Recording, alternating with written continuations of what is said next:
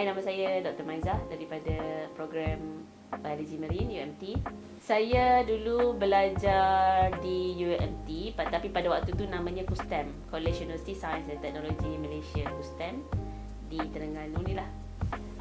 Kepakaran saya adalah pengkhususan dalam bidang ekologi marine. Keutamaan kajian saya adalah kepada interaksi antara spesies biologi marine dan juga ekosistemnya.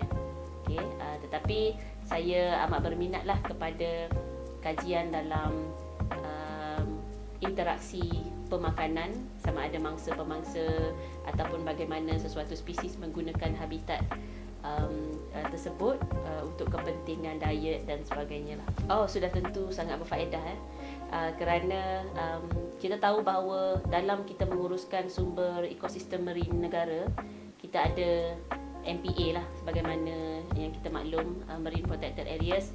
Tetapi bagaimana nak menguruskan kaedah pengurusan, strategi pengurusan MPA ni memang memerlukan maklumat ekologi yang lengkap lah, supaya sebarang keputusan yang kita buat di kawasan mana, kawasan baru manakah yang kita nak tambah MPA sebagai contohnya, semua keputusan ini dibuat secara betul dan well informed in terms of scientific dan juga maklumat ekologi. Ini sangatlah penting. Saya ajar program biologi marine tahun 2 dan tahun 3.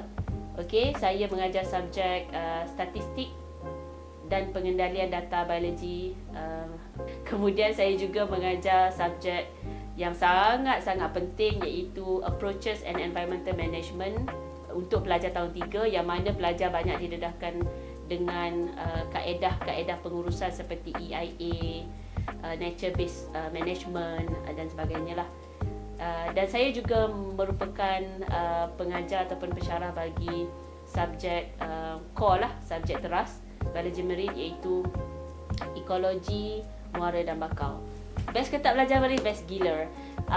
Best untuk dan sebagaimana yang you all mungkin ramai dengar lah sekarang ni tengah promosi kan, bidang yang sangat mencabar, di luar kotak, di luar bilik darjah, di luar office. Kekuatan kita khususnya di biologi marine sudah tentu adalah kemahiran di lapangan. Ini memang diiktiraf bukan sahaja oleh UMT, Universiti, tetapi diiktiraf oleh pihak rakan industri kita di Malaysia, di rantau Asia dan juga di seluruh dunia.